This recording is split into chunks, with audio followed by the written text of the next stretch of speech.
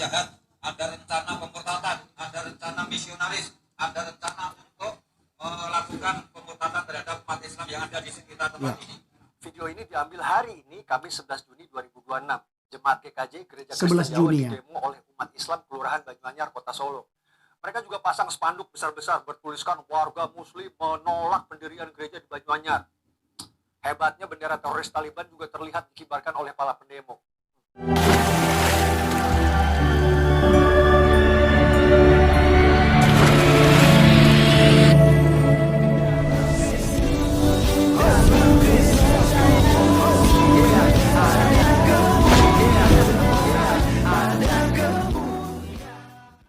Salam alaikum bijam Yeshua HaMashiach. Salam damai sejahtera di dalam nama Tuhan Yesus Kristus untuk kita semua. Teman-teman sekalian, terjadi lagi ya intoleransi dan pembubaran ibadah, dan ini terjadi di Kota Solo. Ya, ini tempat atau kediaman kampung ya gitu ya, kotanya Wakil Presiden ya Pak Gibran Rakabuming Raka. Teman-teman sekalian, ini memang tidak main-main gitu ya. Mereka sudah mengatakan sumpah, sudah memberikan sebuah deklarasi bahwa memang di situ tidak boleh ada gereja dan lain-lain. Ya, jadi tuduhan-tuduhan mereka di situ akan ada yang namanya kristenisasi begitu ya, pemurtadan daripada orang-orang Islam, sehingga mereka menolak keras terkait tentang gereja yang ada dan ibadah-ibadah Kristen yang ada. Ini sangat mengerikan kawan-kawan sekalian. Dan sebelum kita berkomentar seperti biasanya, kita langsung saja simak videonya berikut ini. Ya. Ibadah Kristen kali ini di Kota Solo. Kita tolak supaya warga sekitar ini juga kita mengetahui bahwa ini pasti ada rencana jahat, ada rencana pemurtadan, ada rencana misionaris, ada rencana untuk melakukan pemurtadan terhadap umat Islam yang ada di sekitar tempat ini. Video ini diambil hari ini, Kamis 11 Juni 2026. Jemaat GKJ Gereja 11 Kristen Jawa Juni, ya. didemo oleh umat Islam Kelurahan Banyuanyar, Kota Solo.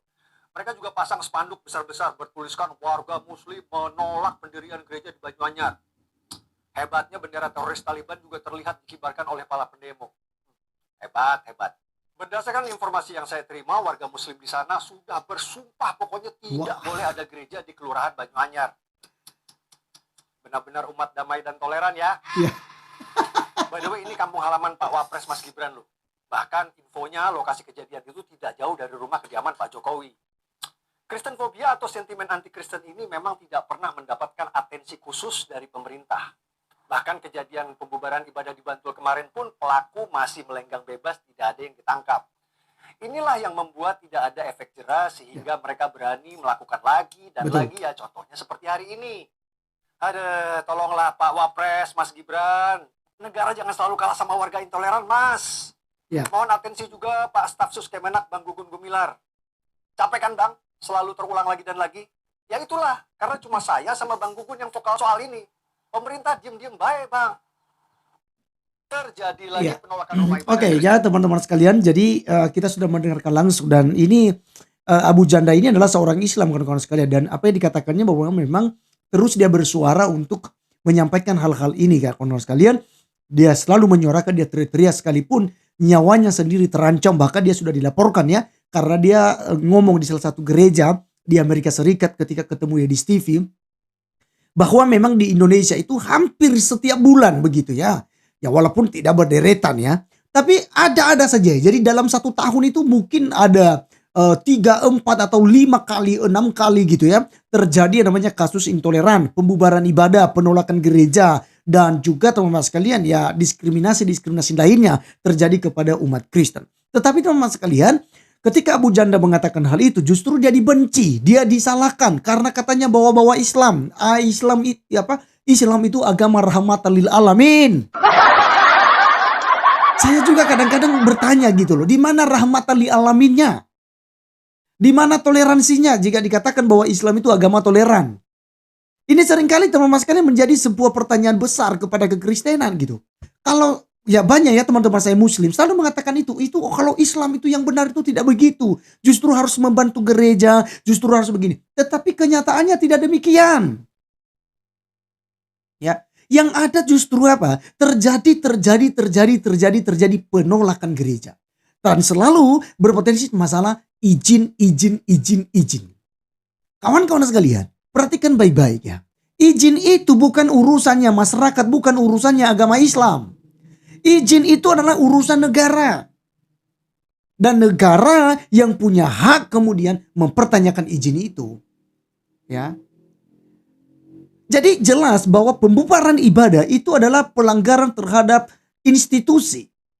Pelanggaran terhadap hak asasi manusia. Pelanggaran terhadap hukum yang membebaskan setiap orang berhak untuk beribadah dan memeluk agamanya masing-masing. Jadi itu hukum pidana. Apa dikatakan oleh Bang Abu Janda tadi itu, ya, yang terjadi beberapa bulan yang lalu gitu ya, itu tidak ditangkap pelakunya, malah dimediasi, ada tabayun, sudah jelas-jelas di situ terjadi namanya pengancaman dan lain-lain, tetapi ini justru dibiarkan kawan-kawan sekalian. Inilah memang sakitnya di negara Indonesia ini. Kalau dibilang kalau salah lapor polisi, sampai hari ini polisi pun hadir di situ. Polisi menjadi penonton. Polisi tidak mau berbuat apa-apa di situ. Sampai dorong-dorong di situ kawan-kawan sekalian. Ya. Bagaimana ini? Kalau negara terus kalah terhadap kaum intoleran ini. Ya, Kristen fobia. Ini yang disuarakan oleh Bang Abu Janda kawan-kawan sekalian. Ya, ini sangat mengerikan. Jadi kalau dikatakan bahwa agama Islam, agama damai, ya ini kita pertanyakan damainya di mana? Agama Islam itu agama rahmatan lil alamin. Ya. Slogan dalam ajaran Islam bukan slogan, tapi ini sebuah pengajaran yang fundamental dalam agama Islam. Lakum dinukum waliyadi. Bagiku agamaku, bagimu agamamu. Ya, diteruskan lagi tidak ada paksaan di dalam agama. Teman-teman sekalian, mereka mengatakan bahwa mereka takut terjadinya pemurtadan. Ya, kristenisasi. Weh, kalian lihat bagaimana kemudian dakwah para Islam ke kantong-kantong Kristen. Ya, ustadz-ustadz yang berdakwah sering membahas kekristenan di media sosial, itu islamisasi. Ya.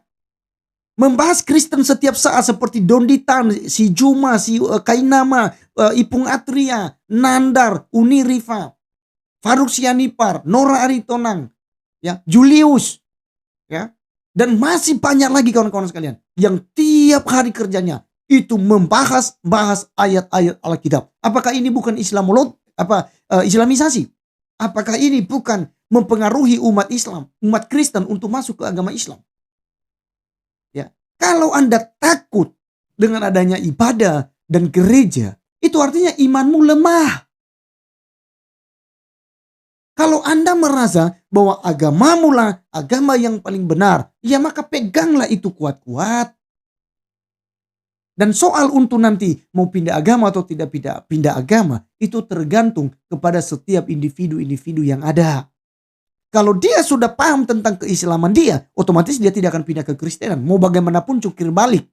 Kami orang Kristen mengajarkan tentang Kristen kepada dia. Tapi kalau dia sudah ditanamkan tentang pengajaran Islam yang benar, dia tidak akan murtad dari Islam. Demikian juga sebaliknya. Makanya kekristenan itu tidak pernah kami merasa rugi jika ada kemudian yang pindah agama. Biarkan saja. Karena kedangkalan imannya. Yang pertama, tidak rajin gereja, ya kan, tidak baca kitab suci, tidak belajar tentang Alkitab, tentang agama Kristen. Jadi kalau dia pindah agama, ya silakan, itu urusan dia. Karena itu masing-masing, itu hak asasi manusia. Dia mau pilih agama apapun. Ada 6 agama yang sudah diakui di Indonesia. Itu terserah kawan-kawan sekalian. Jangan justru usil, mengganggu, melarang. Kalau bicara masalah kristenisasi, ya, islamisasi pun terjadi di mana-mana. 5 kali sehari itu harus ada suara-suara dari masjid. Ya, cukup besar biasanya juga menggunakan toa, dan orang-orang Kristen mendengarkan hal itu. Ya, bagi kami juga pun menganggap bahwa itu salah satu cara daripada teman-teman Islam, ya, untuk menyebarkan Islam itu sendiri di TV-TV nasionalnya kita. Kalau ajan itu, ya, mau film-film apapun di Indosiar, di apa semua, itu berhenti semua. Akan ditayangkan namanya ajan dulu. Seringkali anak-anak kami juga pun menonton itu, mendengarkan hal itu. Bahkan tidak sedikit. Saya secara pribadi saja, saya punya anak. Kadang-kadang juga anak saya ikut-ikutan assalamualaikum gitu ya. Tapi tidak masalah, saya tidak larang karena assalamualaikum itu adalah bahasa Arab. Orang Kristen Arab juga menggunakan itu. Ya. Dan yang sering-sering anak-anak saya teriak itu nyanyi-nyanyi begitu karena pengaruh HP juga dan pengaruh TV. Ya sahur, sahur, sahur, sahur. Ini mereka gunakan hal itu. Dan kita tidak kemudian melarang mereka ya kan. Dan membenci Islam. Ya ini kan gara-gara Islam. Ya kamilah orang tua. Saya secara pribadi mengajarkan anak saya. Supaya dia mengerti tentang Yesus. Supaya dia mengerti tentang keselamatan dalam kekristenan. Supaya dia mengerti tentang kenapa harus percaya kepada Yesus Kristus Tuhan dan Juru Selamat. Padahal dia jadi manusia gitu. Seperti yang dibilang oleh Islam kan. Yesus kan manusia. Kenapa disembah? Kenapa dijadikan sebagai Tuhan? Kenapa dibilang sebagai Allah? Karena Islam tidak paham tentang teologisnya kekristenan. Islam tidak memahami tentang Allah Trinitas. Dan tidak memahami tentang apa? Ya, keselamatan yang telah dijanjikan oleh Allah mulai dari kejatuhan manusia di Taman Firdaus atau Taman Eden. Jadi teman-teman sekalian, kalau bicara masalah kristenisasi, itu sama, islamisasi juga ada. Di mana-mana juga itu ya mendakwa orang-orang Kristen. Ya, di TikTok dan lain-lain. Bahkan di ibadah-ibadah juga. Itu biasa terjadi, jadi biasa saja. Ya, jadi ini menandakan bahwa iman kalian di sana itu sangat minim sekali, rawan sekali iman kalian, tidak paham tentang Islam itu. Sehingga kalian takut ketika orang Kristen masuk, kalian bisa murtad. Ya, jadi itu tugas ustadz-ustadz untuk menanamkan itu. Jangan hanya bicara masalah nanti kalau meninggal dapat 72 bidadari. Jangan hanya sibuk dengan ya bikin ini ya boleh menikah 2, 3, 4 ya. Caranya seperti ini dan lain sebagainya. Jangan berfokus dengan itu. Tapi tanamkanlah nilai Islam itu yang benar. Kan itu baru fair. Ya, karena kita di negara Indonesia adalah ya beragam agama. Jadi mari kita saling menghargai. Baik teman-teman sekalian, bagaimana pendapat kalian? Silakan tulis di kolom komentar.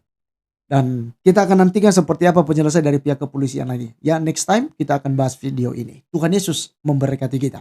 Salam.